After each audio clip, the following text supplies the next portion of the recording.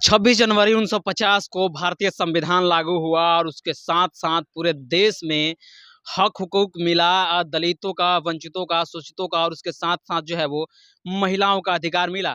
बाबा साहब संविधान लागू हुआ तो संविधान लागू होते हुए अब संविधान सभा में अपने आखिरी वक्तव्य में, अपने आखिरी भाषण में कहते हैं कि आज जो है वो एक वोट और एक मूल्यों का अधिकार मिल गया राजनीतिक रूप से, लेकिन सामाजिक रूप से आज भी जो है वो विरोध है। और उसके बाद जो है वो संविधान सभा में भाषण देते हैं और कहते हैं कि अगर हमको राजनीतिक, सामाजिक और आर्थिक रूप से बराबर आना है, एक प्लेटफॉर्म पर आना है, तो वे जो राजनीतिक मूल्य के साथ साथ जो है वो सामाजिक मूल्य पर भी बराबरी होनी चाहिए।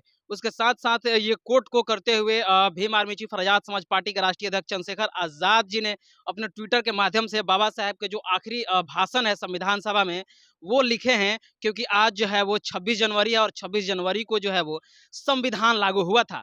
क्या कुछ लिखते हैं चंद्रशेखर आजाद जी, मैं आपको पढ़ के सुनाता हूँ। अपने ट्विटर हैंडल से लिखते हैं कि आप सभी देशवासियों को 15वें गणतंत्र दिवस की बहुत बहुत बधाई एवं मंगल कामनाएं। संविधान सभा में बाबा साहब अम्बेडकर जी ने कहा कि 26 जनवरी 1950 को हम अंतर्विरोधों से भरे एक जीवन में प्रवेश करने जा रहे हैं। राजनीति में हमारे पास समानता होगी, जबकि सामाजिक और आर्थिक जीवन में असमानता से भरा होगा।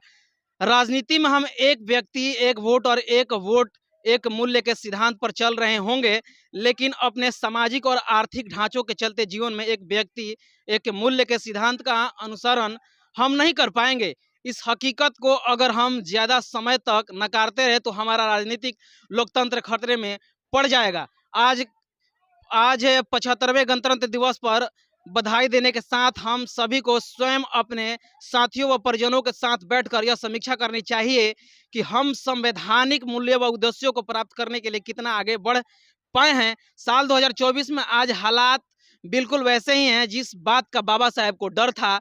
आज हमारा राजनीतिक लोकतांत्रिक भी खतरे में पड़ गया है। हमें दूसरों का इंतजार करने के बजाय इन सबको बचाने की जिम्मेदारी स्वयं उठानी चाहिए।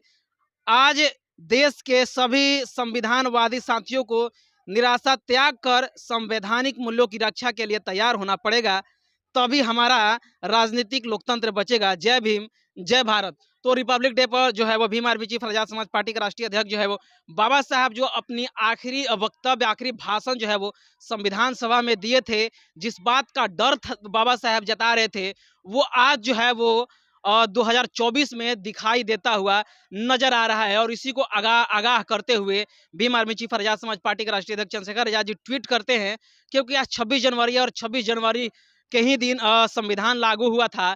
और संविधान लागू होते ही तमाम जो दलित, वंचित और शोषित महिलाएं हैं उनको हक अधिकार मिला। और उसके साथ साथ ये सुनिश्चित किया गया कि एक देश में जो है वो सभी का समान अधिकार मिलेगा। लेकिन आज़ादी का 75 साल बीत जाने के बाद, संविधान लागू होने के 75 साल बीतने के बाद भी हमारे देश में जो दलित हैं, जो वंचित हैं, जो शोषित हैं, जो महिलाएं हैं, आज भी उनका अधिकार नहीं मिला है।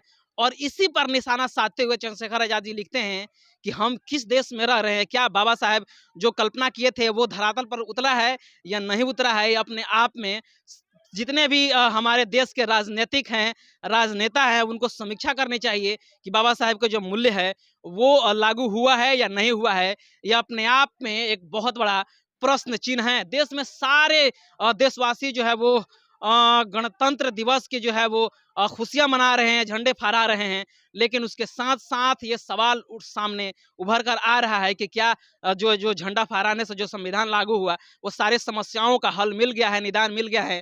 तो अगर आप जवाब तलाशिएगा तो आपको जवाब मिलेगा नहीं, बिल्कुल नहीं। क्योंकि जो एक वोट एक अधिकार की बात है वो तो मिल गया है, लेकिन आर्थिक रूप से, सामाजिक रूप से आज भी हम जो है वो असमानता के जीवन में जी रहे हैं, जहाँ पे संविधान लागू होने के बावजूद भी सारे लोग जो है वो, जो दलित है, जो वंचित है, जो शोषित है, वो हक अधिकार से वंचित रह रहे हैं। और आगे भी इसका संभावना जो है वो काफ़ी बेहतर, काफ़ी जो है वो बढ़ते हुए नजर आ रहा है। और इसी बात को बताते हुए Bhim army chief Chandrashekhar Azad ji Twitter handle से ये बातें सारी बता रहे हैं। बाकी आप इस खबर को आप किस प्रकार से देख रहे हैं, आप अपनी प्रतिक्रिया नीचे कमेंट बॉक्स में जरूर दीजिए। लेकिन उससे पहले आप हमारे चैनल पर पहली बार आए हैं तो चैनल को सब्सक्राइब करें, वीडियो को लाइक करें, शेयर करें।